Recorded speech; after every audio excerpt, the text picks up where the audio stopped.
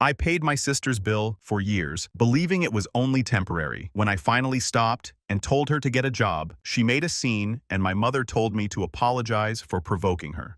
I, 28 male, will set the stage for you. My sister Ruth is 24 and she's been a professional leech since she turned 18. It started small like they always do. Ruth's car breaks down sophomore year of college. Can I spot her $400 for repairs? Sure. She can't make rent because she blew her grocery money at some music festival. Can I cover $800? Fine. Her laptop dies during finals week. Can I buy her a new MacBook? Okay. Family helps family, right? Wrong. Every crisis was positioned as temporary. Every request came with promises she'd pay me back as soon as things got better. But things never got better because Ruth's definition of crisis was fluid as hell. Spring break trip got too expensive. Crisis. Wanted to go to Coachella but didn't budget for it? Crisis. Her friends were all getting their nails done and she felt left out. You guessed it, crisis. What really got me was how she'd weaponize family guilt. I guess I'll just have to skip Ella's wedding because I can't afford a dress. Never mind that Ella's wedding was 3 months away and she'd had plenty of time to save. It was always my fault she couldn't participate in normal adult activities. Ruth had turned financial irresponsibility into an art form. By year 6, I was basically subsidizing her entire lifestyle: rent, car payments, insurance, groceries, textbooks. She never opened bar tabs, Uber rides, random emergencies that always seemed to happen right before she wanted to go somewhere expensive. Conservative estimate, I'd blown through $40,000 keeping Princess Ruth afloat. The worst part wasn't even the money, it was watching her social media. While I was living off ramen and coffee grinding 16-hour days, Ruth was posting Instagram stories from bottomless brunch beach trips and designer boutiques, always tagged with quotes about living your best life and blessed beyond measure, blessed by my freaking bank account. Meanwhile, I was grinding 60-hour weeks at a consulting firm, taking on projects nobody wanted, building a reputation, one brutal client at a time. The consulting world is cutthroat as hell. You're only as good as your last project, and everyone's fighting for the same promotions. I spent 2 years working exclusively with this nightmare pharmaceutical client because nobody else would touch them. 16-hour days, constant travel, dealing with executives who treated consultants like disposable tissues. The breaking point came 8 months ago. Ruth calls me sobbing again about needing money. This time it was $3,200 for a business opportunity. Some MLM her friend Kayla was running essential oils or makeup or whatever the hell these girls convince themselves is entrepreneurship. It's not a pyramid scheme, she insisted through fake tears. It's network marketing. Kayla's making 6 figures. Kayla's making 6 figures by scamming people like you. You don't understand business like I do. This from a girl who'd never held a job longer than 4 months. Her business expertise came from watching Shark Tank reruns. I told her no. First time I'd ever said that word to her. She lost her absolute mind screaming about how I was selfish and had more money than I knew what to do with and how I was abandoning my family. She hung up, then immediately called our parents to tell them I was being cruel and controlling. Mom called me an hour later. Your sister just needs some support right now. Can't you help her this once? Mom, I've been helping her for 6 years. She's still finding herself at 24. Still finding herself while I was finding ways to pay both our student loans. That's when I knew I was dealing with professional enablers, not parents. Around this time, I met Sloane at a work conference. She was like a breath of fresh air in a room full of carbon monoxide. Sharp as hell, funny without trying, and completely immune to nonsense. She worked in corporate finance for a mid-size firm downtown. She'd clawed her way up from an entry-level analyst position, working the same brutal hours I was familiar with. Sloane sized up my family situation in about 5 minutes. So you're basically paying for your sister to pretend she's an influencer while you work yourself to death. Yeah, pretty much. And your parents think that's normal? They think it's temporary. Sloane laughed. Babe, nothing's more permanent than temporary family help. She was right. Sloane had her own family horror stories. Her brother had tried to guilt her into co-signing a motorcycle loan 2 years earlier, then flipped out when she refused. The difference was, her parents backed her up instead of enabling him. Boundaries aren't suggestions, she told me one night over dinner. They're requirements for healthy relationships. I was about to learn just how right she was. The promotion came through in July.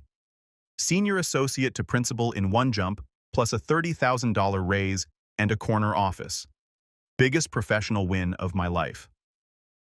The partners made the announcement in the Monday morning meeting, and I watched half the room's faces shift from surprise to barely concealed resentment.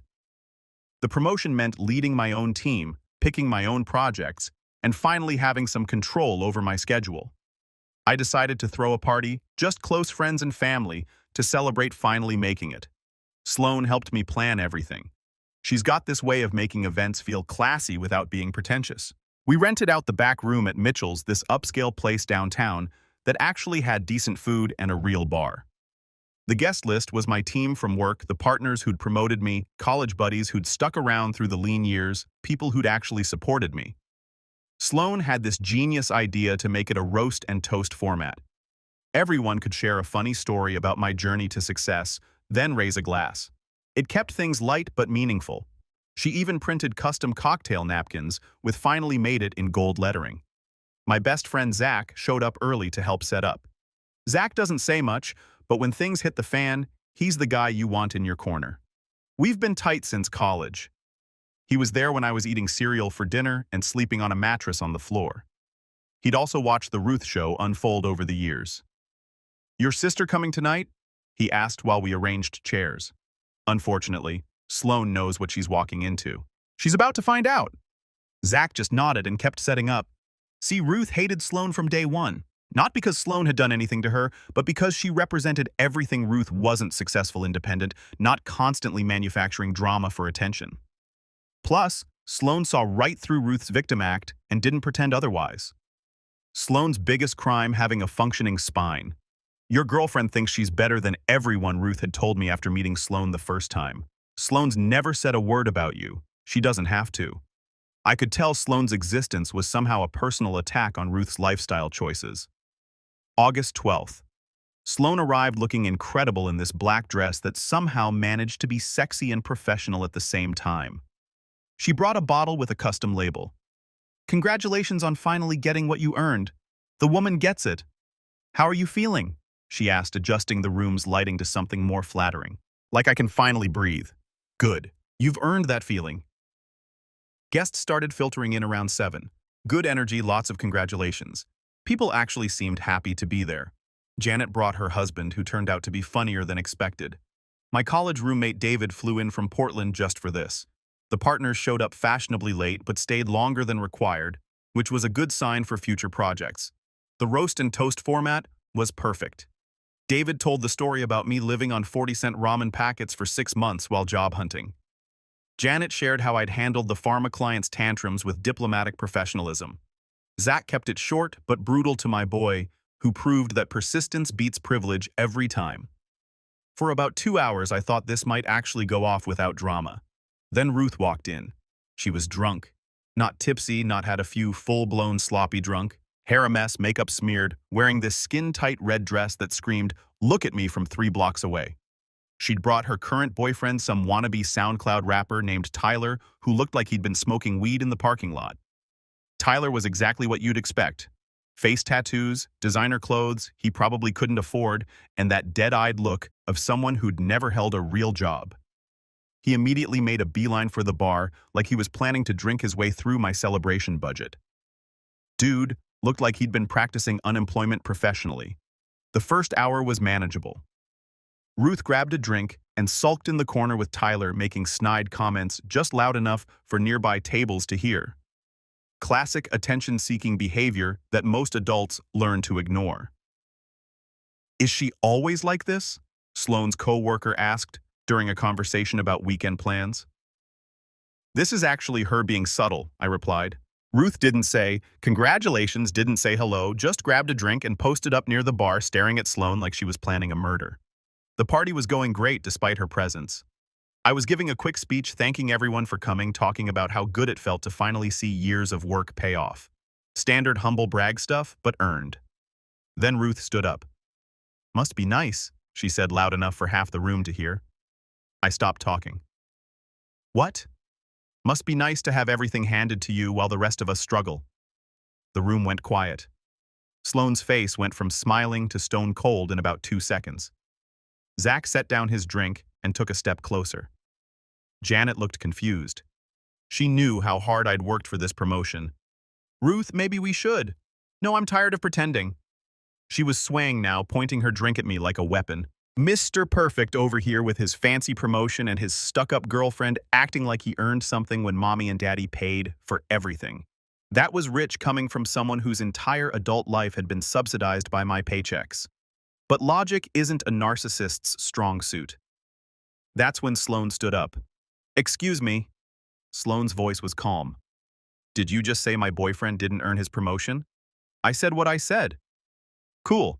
Just wanted to make sure I heard you right before I responded." Sloane turned to address the room like she was giving a presentation. "For anyone who doesn't know, this is Ruth, the sister who's been living off my boyfriend's paycheck for 6 years while he worked 60-hour weeks to put himself through school and build a career, the same sister who called him selfish last month when he wouldn't bankroll her essential oils pyramid scheme." The room was dead silent. You could hear the air conditioning humming. Ruth's face went red. "You don't know what you're talking about, don't I? Should we talk about the car payments, the rent money, the MacBook?" That's when Ruth completely lost it. She threw her drink. She hurled it at the wall behind the bar where it exploded and shattered. Then she grabbed the nearest thing she could find, a decorative vase with flowers, and smashed it on the floor. "Screw all of you," she screamed. "Screw this fake party and your stuck-up girlfriend." Tyler tried to grab her arm. "Babe, maybe we should. Don't touch me." Security was there in 30 seconds. Zach had already moved between Ruth and Sloane, not saying a word, just being a wall. Tyler was trying to drag Ruth toward the exit while she kept screaming, "You think you're so much better than me? You're nothing, nothing."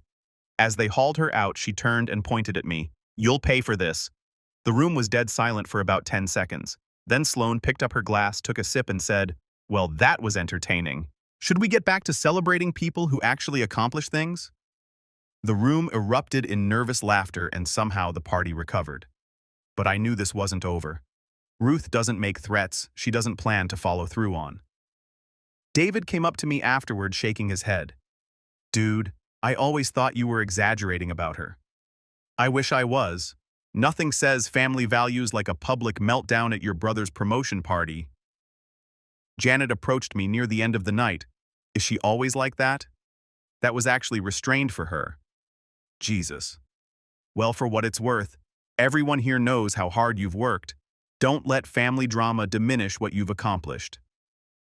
The morning after the party, I woke up to 17 missed calls from my parents and about 30 texts from Ruth ranging from fake apologies to death threats. Sloane was already up making coffee like nothing had happened. "Sleep well," she asked, "like a baby." "You're great. Nothing helps me sleep like watching entitled people face consequences." I love this woman. The texts from Ruth were a masterclass in manipulation tactics. First came the fake remorse. "I'm so sorry. I was just hurt and confused." Then anger. "You humiliated me in front of everyone." Then threats. "You have no idea what I'm capable of." Then back to fake vulnerability. "I just missed my brother." Cycling through every emotional manipulation technique until something sticks. My parents showed up at 9 a.m. Didn't call first. Just started pounding on the door like the building was on fire. Dad looked embarrassed. Mom looked pissed at me, not Ruth. Nothing says we raised you right like showing up unannounced to defend the family terrorist. "We need to talk," Mom said before I could even say good morning. "About what?" "About what you're going to do to fix this situation with your sister." Sloane appeared behind me with her coffee mug. "Morning." "Beautiful day, isn't it?" Mom ignored her completely. Ruth is devastated. She feels attacked and humiliated. "She should feel humiliated," I said. "She acted like a psychopath in front of 35 people. She was overwhelmed." "You know how sensitive she is." Sensitive. That's what we were calling public meltdowns now. Dad finally spoke up. "Look, son, we think the best thing would be if you apologized." "Apologized for what?" "For letting your girlfriend attack her like that." Sloane set down her coffee mug with a little too much force. "I'm sorry." "What did I do exactly?" "You provoked her," Mom said. You knew she was emotional, and you made it worse. I stated facts. If facts provoke her, that's not my problem. She's family, Dad said. Sloane's not wrong to say. Sloane smiled, but it wasn't a nice smile. You're absolutely right. I'm not family, which means I don't have to pretend her behavior is acceptable or enable her tantrums. That's your job. My parents looked at me like I was supposed to control my girlfriend. I think you should leave, I said. We're not done discussing this, Mom said. Yeah, we are. After they left, I made a decision that was long overdue. I opened my laptop and started cutting financial ties. All of them. First, the credit card I'd given Ruth for emergencies 3 years ago canceled. The customer service rep asked why, and I said the authorized user is no longer authorized. Clean and simple. The rep walked me through the process like she'd done this before. Apparently, family financial breakups are more common than you'd think. She mentioned that the card would be deactivated immediately and any pending charges would be declined. Perfect. Second, the car insurance policy, where she was a covered driver, removed. This one was trickier. Had to prove I was the primary policy holder and she didn't have any legitimate claim to coverage. The insurance agent was surprisingly helpful once I explained the situation. Their policy was clear. As long as I was the primary holder and she wasn't a spouse, I could remove her immediately. The agent mentioned this would save me about $180 per month, which was a nice bonus. Third, the Netflix, Spotify, and Amazon Prime accounts she'd been using. Changed all the passwords. Also changed the passwords on my HBO Max, Hulu, and Disney Plus accounts. Might as well be thorough. Time to see how much she really valued our relationship when she had to pay for her own entertainment. Next, the automatic transfer I'd set up to help with her rent canceled. The bank rep tried to confirm this was intentional since it had been running for 2 years. Very intentional, I told him. Then I called the student loan servicer and removed myself as the co-signer on her private loans. Took some paperwork, but it was doable since she'd been making payments on time with my money. Within 2 hours, I'd essentially cut off her entire lifestyle.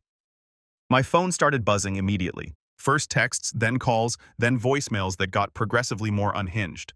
The last one was just her screaming for 3 minutes straight. What the hell is wrong with you? You can't just abandon me like this. I need that money. You're destroying my life. No, sweetheart, I was stopping the destruction of mine.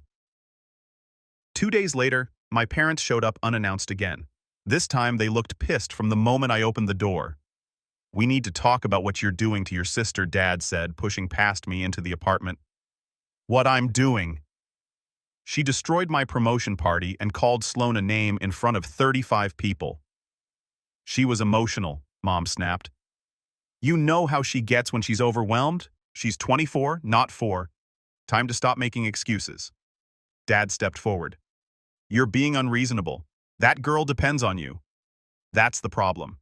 It's your responsibility as her older brother. My responsibility ended when she made a scene at my celebration.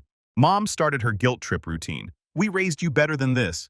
So what now that you got a promotion, you're acting up? Family takes care of family. You have all this money now and she has nothing. She has nothing because she's never worked for anything.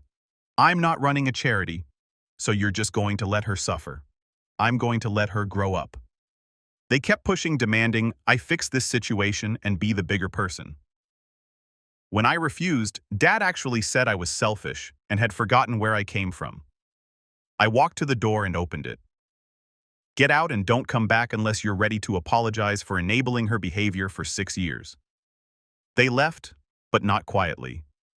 Mom was crying about losing both her children and Dad was muttering about how success had changed me. Success hadn't changed me. It had just given me the financial freedom to stop being everyone else's ATM. That afternoon, the TikTok started. Ruth posted a video of herself crying in her car. Caption, when your family abandons you for speaking the truth. Got about 500 views and a few sympathy comments from girls who didn't know the full story. The next day, story time. How my toxic brother chose his girlfriend over family. 2,000 views. The comment section was split between people calling nonsense and others sharing their own family drama. Day 3, signs your family member is a narcissist. A thread 5,000 views. This one featured her reading from some pop psychology website applying every negative trait to me while conveniently ignoring her own behavior. She was building an audience by turning our family drama into content. Ruth had finally found her calling professional victim with a side hustle and manufactured outrage. Sloan thought it was hilarious. "Oh my God, she's literally monetizing her victim complex," Sloan said, scrolling through the videos. "That's actually kind of impressive. Should I be worried about this? About what? Her telling the internet that you stopped bankrolling her lifestyle? Most people will see right through it." Sloan was right mostly. The comments on Ruth's videos were brutal. Lots of people calling her out for sounding entitled, asking why a 24-year-old couldn't support herself, pointing out the inconsistencies in her story. But some people bought into it. The comment section became an echo chamber of people sharing their own grievances about toxic family members and narcissistic siblings. Ruth was eating up the attention. The TikToks got progressively more unhinged. She started making videos outside our apartment building, posted pictures of our car, started tagging Sloan in posts, calling her a home wrecker and a manipulative name. One video showed her sitting in the parking lot of our building at 2 a.m. crying about how I'd abandoned her. The timestamp proved she'd been stalking our apartment in the middle of the night, but she framed it as her being too heartbroken to sleep. The comments on that one were telling. Half the viewers were calling her out for obvious stalking behavior, while the other half were encouraging her to stand up for herself and not let them intimidate you. "This is getting weird," Zach said when I showed him the videos. "She's escalating." "What am I supposed to do?" Zach didn't answer directly. He just said, "I know a guy who handles social media issues." Zach's connections were always vague but effective. 2 days later, Ruth's TikTok account got suspended for harassment and doxing. All her videos disappeared. She had to start over from 0 followers. Well, she knew it was me. The angry voicemails proved it. "You think you can destroy my life? I'll freaking destroy yours." Sloan listened to the voicemail and raised an eyebrow. "She's really committed to this villain arc, isn't she?" But Ruth didn't take the TikTok shutdown well. Instead of backing off, she doubled down and got creative with her revenge fantasy. It started small. Food deliveries we didn't order showing up at our door. Pizza, Chinese, takeout, grocery deliveries, all cash on delivery, all at random times. Then she escalated. She signed us up for every spam list she could find. Our mailbox got flooded with catalogs, flyers, and promotional junk. She put our apartment up for rent on Craigslist with fake details and my phone number. I got calls at all hours from people wanting to tour the place. The listing described a luxury downtown loft for $800 below market rate, which explained why my phone wouldn't stop ringing. The final straw was when she somehow got Sloan's work email and sent a detailed message to Sloan's boss, claiming Sloan was having an affair with a married client. Complete lies. But Sloan had to sit through an uncomfortable HR meeting to explain that her boyfriend's psychotic sister was trying to sabotage her career. Sloan handled it like a champ. HR sided with her once they saw the pattern of harassment, but I was done playing defense. "You know what? We need a break," I told Sloan that night. "Take a vacation. Clear our heads. Let this cool down." "Where were you thinking, Cabo?" 1 week. Beach drinks, no cell service for Ruth to blow up. Sloan grinned. "Book it." Zach thought we were running away. "You sure that's the move? It's strategic. Let her exhaust herself throwing tantrums at an empty apartment. Plus, Sloan needs a break from this mess." "Fair enough. Want me to keep an eye on things while you're gone?" "Would you already planning on it?" "That's Zach. Doesn't ask questions, just handles business." We left for Cabo on a Thursday morning. Direct flight, beachfront resort, the works. 5-star accommodations, infinity pool overlooking the ocean, room service that didn't come with a side of family drama. For 6 days, we didn't think about Ruth once. Sloan got a tan. I actually relaxed for the first time in months, and we remembered what our relationship was like without a psychotic third party trying to destroy it. "I forgot what it felt like to not be constantly looking over our shoulders," Sloan said on day 3, sipping a margarita that was stronger than it looked. "This is what normal people's relationships are like. Normal people don't have to get restraining orders against their siblings. Sweetheart, normal people don't have siblings like Ruth." We were drinking margaritas on the beach Tuesday afternoon when Sloan's phone buzzed with a text from her friend Ella. You might want to check Instagram. Ruth's having a moment."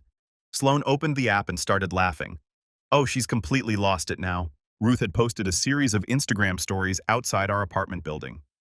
Pictures of our door, our windows, our parking spot.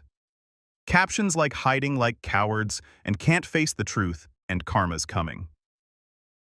The timestamps showed she'd been there multiple times over the past week, morning, afternoon, evening, like she was conducting surveillance on an empty apartment. "She's literally stalking our apartment," Sloan said. "That's actually sad." "We screenshotted everything and went back to our margaritas. Let her wear herself out." "Big mistake. I didn't know things could get worse." We flew back Sunday evening tired but refreshed and ready to deal with whatever tantrum was waiting for us. The Uber dropped us off in front of our building around 9 p.m. That's when we saw the damage. My car, the one I'd worked my ass off to buy, was completely trashed. All 4 tires, slashed windshield, cracked, a word keyed into the driver's side door in letters about 6 inches tall. Someone had poured what looked like motor oil all over the hood. "Holy crap," Sloan said, pulling out her phone to take pictures. The damage was extensive and personal. This wasn't random vandalism. Someone had spent time making sure every surface was screwed up. The keying went deep enough to reach the metal underneath the paint. The windshield crack ran from corner to corner. Even the mirrors were smashed. Our apartment door was worse, completely covered in dried egg, like someone had hurled 24 raw eggs at it. The smell was horrific. Dried egg mixed with week-old heat and humidity creates a stench that could knock a buzzard off a garbage truck. "This is going to cost her," Sloan said, still taking pictures. Ruth had really outdone herself this time. Most people just key cars when they're pissed. She'd gone full Jackson Pollock with breakfast food. "Please tell me we have security cameras in this building." We did. And Ruth was dumb enough to do all of this during daylight hours while looking directly at the cameras. Zach showed up 20 minutes after I called him, took one look at the damage, and said, "Time to end this." The building manager was surprisingly helpful. Turns out Ruth's vandalism spree had kept several tenants awake, and they were pissed. He pulled the security footage immediately and burned it to a DVD. Saturday afternoon, broad daylight, multiple cameras, he said, fast-forwarding through the footage. "Your sister's either incredibly stupid or incredibly confident." The video was beautiful. Crystal clear shots of Ruth and Tyler showing up with supplies like they were planning a home improvement project. Faces visible, license plate, readable audio, picking up Ruth's laughter while she keyed my car. Over an hour of premeditated destruction. 20 minutes destroying the car, another 30 throwing eggs with professional dedication. Tyler looked nervous the whole time, but Ruth was having the time of her life. "She's literally waving at the camera here," the building manager said, pointing at the screen. "Never seen anything this deliberate. Criminal mastermind, my butt." Ruth had the stealth skills of a drunk rhinoceros. Sloan and I went to the police station first thing Monday morning, filed reports for vandalism, harassment, and criminal damage to property.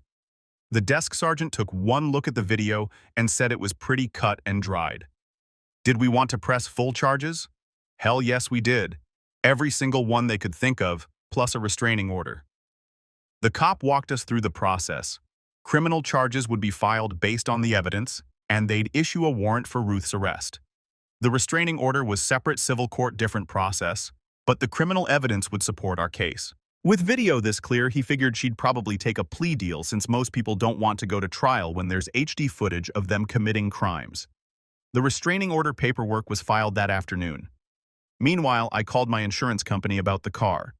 They took one look at the police report and the security footage and cut me a check for $4,800 in damages. But here's the thing. Insurance companies don't just eat costs like that. They go after whoever caused the damage. The adjuster explained they'd be pursuing subrogation against whoever was responsible. Criminal conviction makes it easier, but the video evidence was solid either way. Ruth was about to get a very expensive lesson in consequences. My parents called Tuesday morning. Mom was crying before I even said hello. The police came to our house. They arrested Ruth. Good. How can you say that she's your sister? She's a criminal who destroyed my property and harassed my girlfriend's employer. We need to talk. Can you please just... I hung up. Sloan was handling the apartment door situation, called a professional cleaning service, documented everything for our renter's insurance claim, took about 50 photos for evidence. How much is this going to cost her? Sloan asked while watching the cleaning crew scrape dried egg off our door. Between the car repairs, my insurance deductible, the door cleaning court costs, and legal fees, probably around $8,000, maybe more if the judge decides to get creative. She smiled. That's a lot of essential oils she'll have to sell. Wednesday afternoon, Zach texted me. Ruth made bail. She's staying at your parents'. Of course, they bailed her out instead of letting her sit in jail and think about what she'd done. My phone started ringing an hour later. Dad this time. Son, we need to meet. This has gone too far. You're right. It went too far when she trashed my car and egged my door. She made a mistake. She committed multiple felonies. There's a difference. Can't we work this out as a family? We're not family anymore. We're plaintiff and defendant. I hung up and immediately called my lawyer to make sure the restraining order paperwork was moving forward. Thursday morning, I got a call from Ruth's public defender. His client wanted to discuss a settlement to avoid trial. Full restitution for damages, plus she'd agree to stay away from us permanently. How much restitution?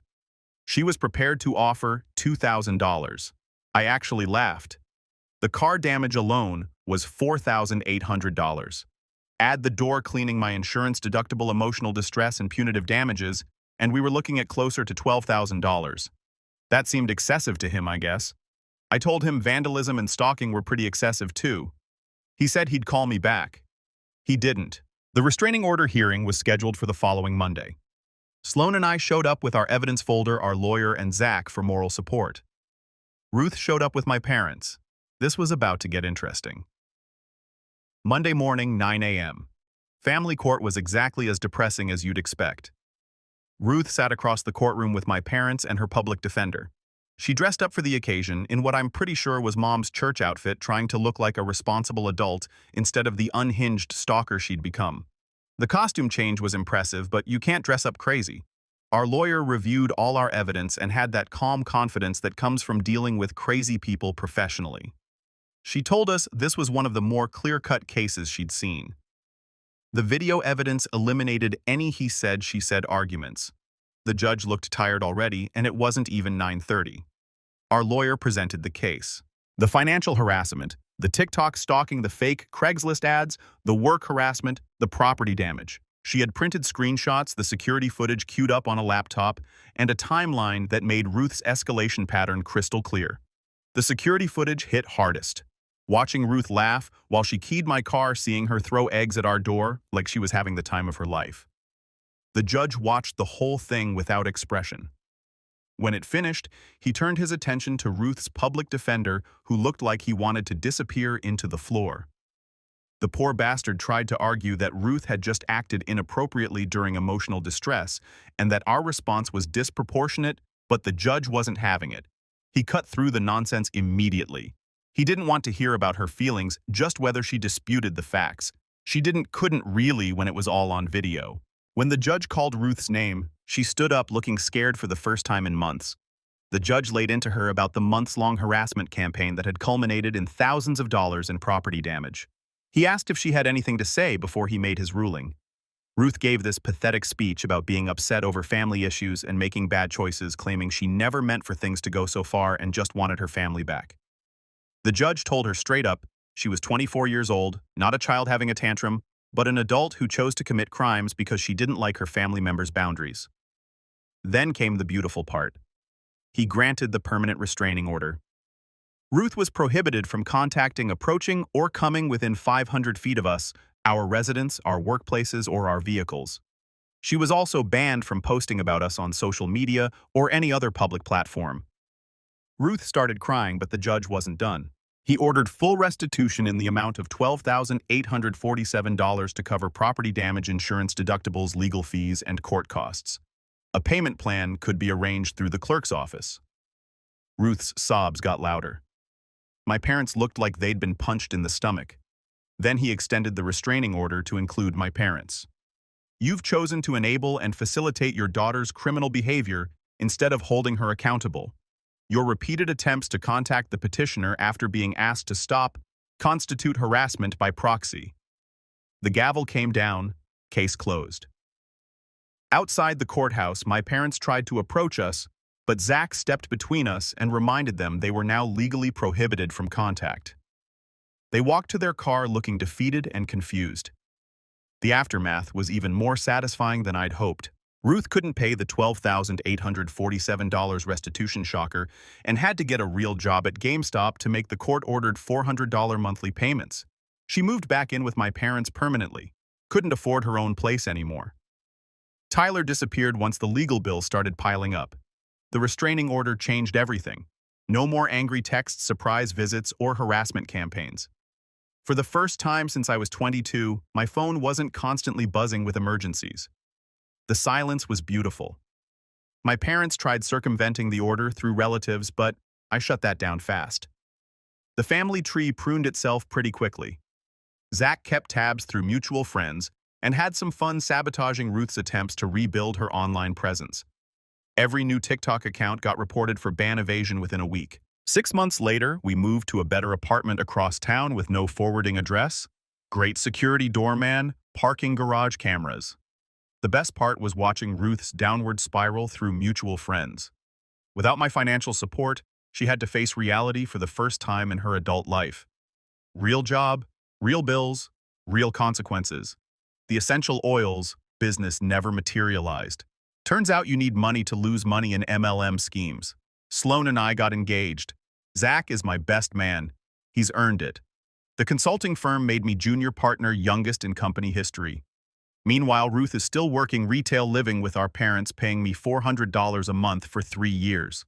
My parents are stuck babysitting the monster they created without my bank account as a buffer. According to my Aunt Ruth, throws the same tantrums she used to throw at me, except now my parents can't call me to fix it. They're finally getting the full Ruth experience without a financial safety net. Zach ran into Ruth at the mall last week. She asked how I was doing. He told her I was doing great, then bought a game from her register and left a 1-cent tip. Life's good.